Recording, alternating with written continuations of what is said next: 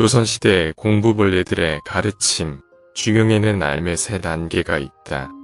텍스트. 첫째 단계는 성인처럼 배우지 않고도 엄마 뱃속에서 나올 때부터 만물의 이치를 깨우친 사람이다. 이게 생이지지다. 둘째 단계는 위인처럼 배워서 알매 이르는 사람이며 일을 하기 지지라 한다. 셋째 단계는 고생하면서 열심히 공부한 끝에 알매 이르는 사람인데 이를 곤히 지지라 한다. 문제가 만들어진 후 수천 년과 3만 일을 다 뒤져도 대단한 독서가는 시인 김득신이 으뜸이다라고 다산 정약용이 말했다. 백곡. 김득신은 충청도 괴산군 측백나무가 많은 백곡 땅에서 태어나고 자라서인지 호가 백곡이다. 그의 머리는 보통 사람들보다 나쁜 것으로 알려졌다. 남들이 서너 번을 읽을 때 그는 수백 번을 반복해서 책을 읽고 또 읽었다. 그가 50세가 되어서야 뒤늦게 과거에 급제했다. 그 후 학문에 정진한 김득신은 걸출한 문장가로 거듭났다. 조선 최고의 독서가인 김득신은 남들과 같은 공부 방법으론 절대로 남을 따라갈 수 없음을 알았다. 남들이 책을 한 번 읽으면 10번을, 남이 10번 읽으면 100번을 읽었다. 그는 백이전을 1억 1만 3천 번 읽은 것을 기리기 위해 자신의 서재 이름을 억만제라 지었다. 당시 1억은 현재의 10만 번이니 백이전을 11만 3천 번 읽었다. 어디 그뿐이랴. 그가 쓴 독수기에는 평생 10,000번 이상 읽은 글이 36편이라고 적었다. 장자, 사기, 대학, 중용은 10,000번을 채우지 못해 제외했다.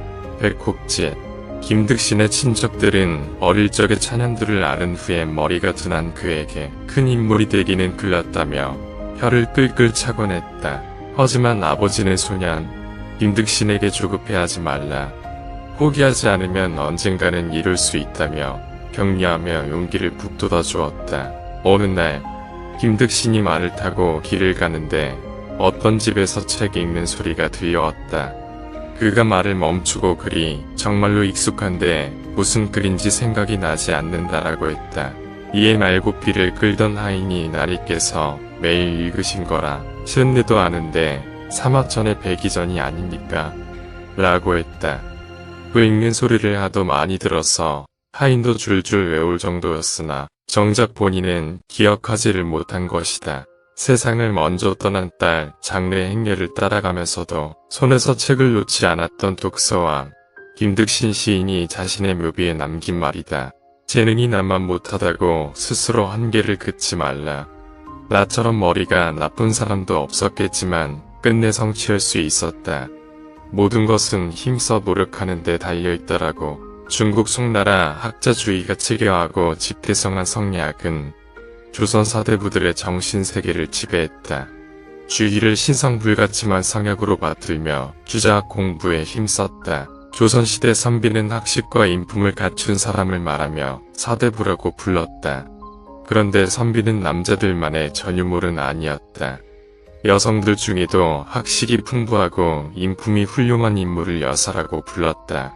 요즘은 아무나 김여사, 이여사라고 부르지만 말이다. 김득신 외에도 조선시대의 공부벌레 선비들이 참으로 많다. 조선의 성리학자인 김종직은 어릴 적에 천자문과 동문선습을 떼자 공부하는 재미가 생겨났다.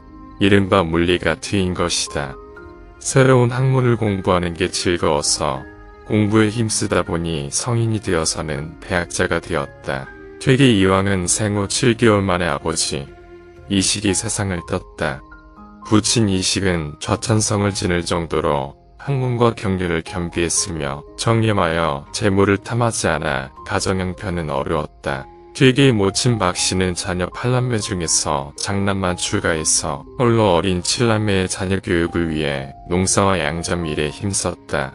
퇴계 모친이 직접 쓴 묘비에 남긴 기록이다. 사람들은 보통 과부는 자식을 올바로 가르치지 못한다고 흠을 본다. 너희들이 남보다 100배 더 공부에 힘쓰지 않는다면 어떻게 이런 비난을 면할 수 있겠느냐? 라고 칼을 떡에 고이고 공부한 조선의 성리학자 조식. 조선의 성리학자인 조식은 스스로를 경계하기 위해 안에서 나를 깨우치는 것은 경이요 밖에서 결단하는 것은 위다. 라했다. 공부방에서 단정히 앉아 졸음을 쫓으려고 클로턱을 보이고 허리춤에는 방울을 달고 졸음과 싸우면서 책을 읽고 또 읽었다. 조선 헌종대의 여류시인 금호는 서측을 읽고 넓은 세상을 유람하겠다고 꿈꾼다. 사람으로 태어나서 평생 집 안에만 갇혀 지내는 것은 덧없는 일이라고 여겼다. 여러 책 속에 나오는 금강산을 오르고 싶어서 부모에게 금강산 유람을 졸랐다. 그녀의 부모는 어린 소녀가 단식을 하며 버티는 바람에 부모로부터 금강산 유람을 허락받았다.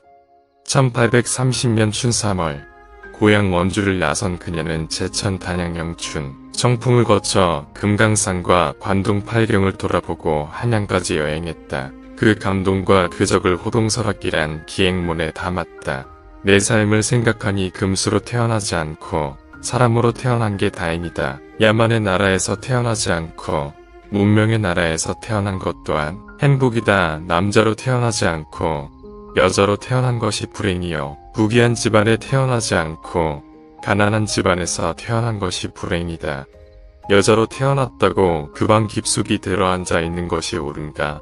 한미한 집안에 태어났다고 세상의 이름을 떨칠 것을 단념하고 분수대로 사는 것이 옳은가?